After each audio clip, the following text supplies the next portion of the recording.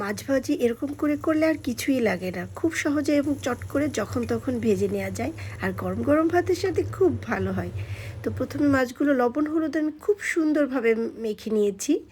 তো মাছগুলো যেহেতু একটু মোটা মোটা করে কাটা, সেহেতু আমি কিছুক্ষণ রেখে দিয়েছিলাম। এবার দিয়ে দিচ্ছি আমি তেলের ভিতর। তো মাছ ভাজি বলে কথা, এটা আসলে এত মজার একটি খাবার, আমার মনে হয় অনেকেই বলবে মাছ ভাজি আমার খুব প্রিয় খাবার। তো এটা আমি এখন উল্টে পাল্টে দিচ্ছি। একটা একটা পিঠ একটু হয়ে গেলে আবার আরেকটা পিঠ, আমি মাছগুলো বেশ মোটা করে কেটেছি।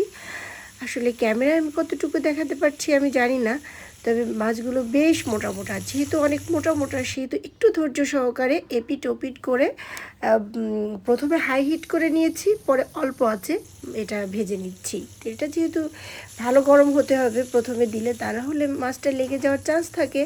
এই জন্য এই যে এই পর্যায়ে আমি নামিয়ে নিচ্ছি, একদম খুব সুন্দরভাবে লাল লাল করে, উপরে ক্রিস্পি, ভিতরে কিন্তু জুসি আছে।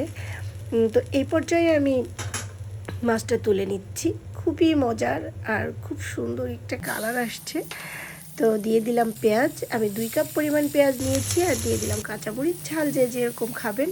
তো লবণ দিয়ে দিয়েছি স্বাদ মতো, আর হলুদ দিয়ে একদমই বেশ কিছুক্ষণ ধরে ওই তেলেই আমি ভেজে নিচ্ছি, খুব সুন্দরভাবে ভেজে। এই যে দেখতেই পাচ্ছেন এরকম একটা কালার যখন চলে আসবে, তো তখন আমি এই মাছগুলো দিয়ে আরেকটু নেড়ে চেড়ে দেবো। দিয়ে এই মরিচ পেঁয়াজের ফ্লেভারটা যখন এর ভিতর ঢুকে যাবে, তখন আমি এটিকে তুলে নেব। এবং এটি গরম গরম ভাতের সাথে কিন্তু খুব মজার একটি খাবার, আমার তো মোস্ট ফেভারিট খাবার।